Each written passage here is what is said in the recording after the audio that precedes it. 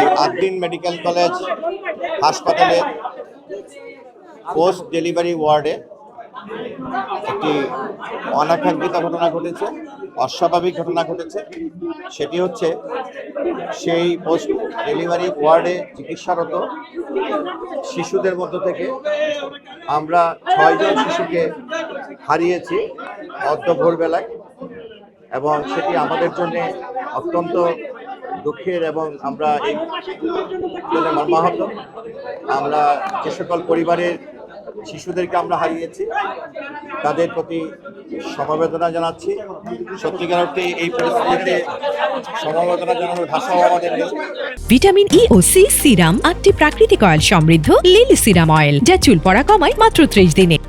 আমরা post delivery ওয়ার্ডটি সরজমিনে দেখে এবং আমরা জানতে পেরেছি যে এখানে 11 জন মা ছিলেন, তার মধ্যে 6 জন মা তাদের শিশু সন্তান সহ ছিলেন, যাদের বয়স 1 দিন থেকে 3 দিনের ভিতরে ছিল, আর বাকি 5 জন এনআইসিউতে ছিল।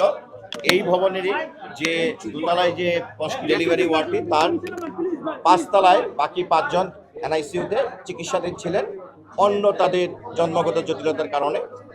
কিন্তু অদ্য ভোরবেলায় এই রুমটিতে এসি জটিলতা অথবা যে কোনো কারণেই হোক, ওইখানের যে পরিবেশ একটি সাফোকেটিভ পরিবেশের মতো আমরা পেয়েছি, যে ওখানে আসলে এসি এমনভাবে ছিল যে এসিটি বন্ধ করলে ওখানে আর কোনো ভেন্টিলেশনের কোনো ব্যবস্থা নেই। এরকম একটি পরিস্থিতির মধ্যে এই শিশুরা এখানে যে সেবার জন্য এখানে ছিলেন, এরকম একটি পরিস্থিতিতে আমরা ভোরবেলায় ক্রমান্বয়ে 6 জন শিশুকে আমরা হারিয়েছি। এই বিষয়ে আমরা ইতিমধ্যে মাননীয় মন্ত্রী স্বাস্থ্য ও পরিবার কল্যাণ মন্ত্রণালয় ওনার নির্দেশে এখানে আমাদের ভারপ্রাপ্ত সচিব স্বাস্থ্য ও পরিবার কল্যাণ মন্ত্রণালয় উপস্থিত আছেন, এখানে অধিদপ্তরের কর্মকর্তাবৃন্দ উপস্থিত আছেন।